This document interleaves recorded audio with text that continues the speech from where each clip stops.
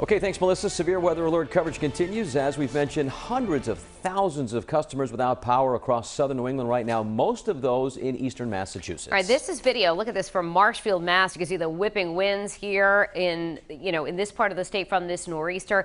A lot of things to get to this morning, especially when it comes to Massachusetts, as we're seeing a number of power outages there. Erica Ritchie joining us live in Dartmouth with a look at the latest in southeastern Mass. Yeah, Danielle, Patrick, good morning to you. Really a mess out here in South Dartmouth where we are. Lots of debris all over the roadways. So you're dealing with a lot of wet leaves and pine needles if you're driving on these roads. Very slippery conditions.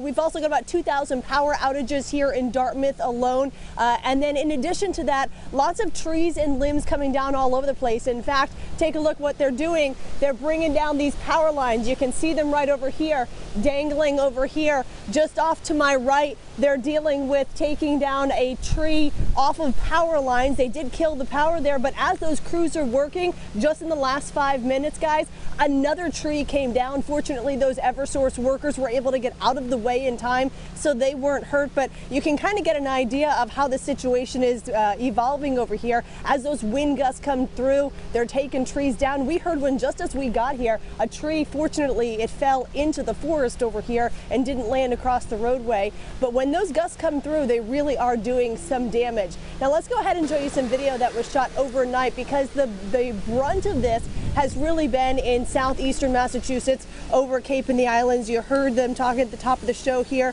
about 264,000 people without power right now.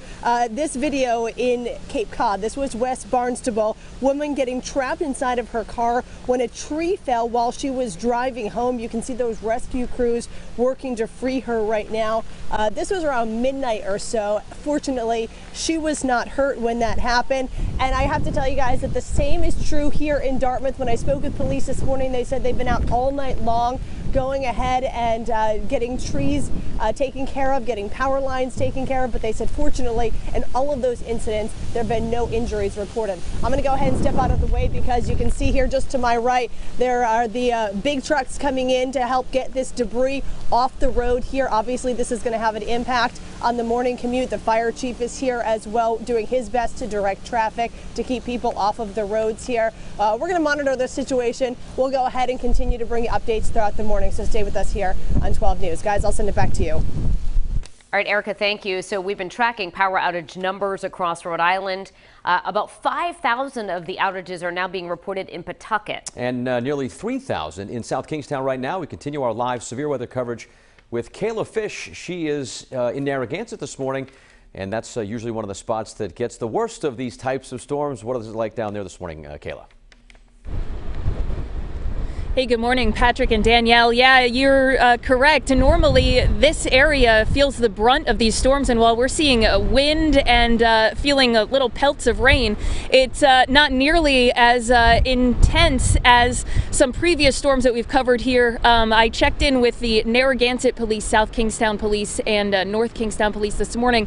All were happy to report no real issues overnight, no down trees or down wires that could have changed within the last 15 minutes or so as these winds continue. Again, you mentioned there's still about 23,000 customers in Rhode Island, power customers, who are waking up in the dark, and about 3,000 of those are in South Kingstown. But here in Narragansett, the Department of Public Works director has told me, again, no real issues. So you want to knock on wood for these folks, because they were expecting to get some pretty serious damage, and so far, so good. We'll continue to check in with them. But again, it's pretty quiet here. Normally a lot of wave watchers. Of course, it's dark, so you can't really see the waves.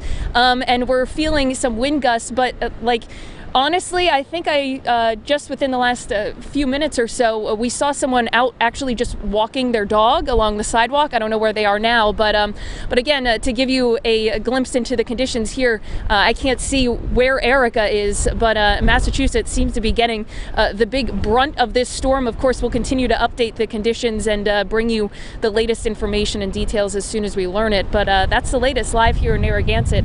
I'm Kayla Fish, 12 News. And stay with us for all of your in-depth storm coverage throughout the day. We're looking live right now at our Hotel Viking camera this morning. You can hold your phone camera over that QR code right on your screen to download the WPRI 12 Pinpoint Weather app. Michelle's going to be back in just a few moments with her updated forecast, and we'll get another check on the roadways as well.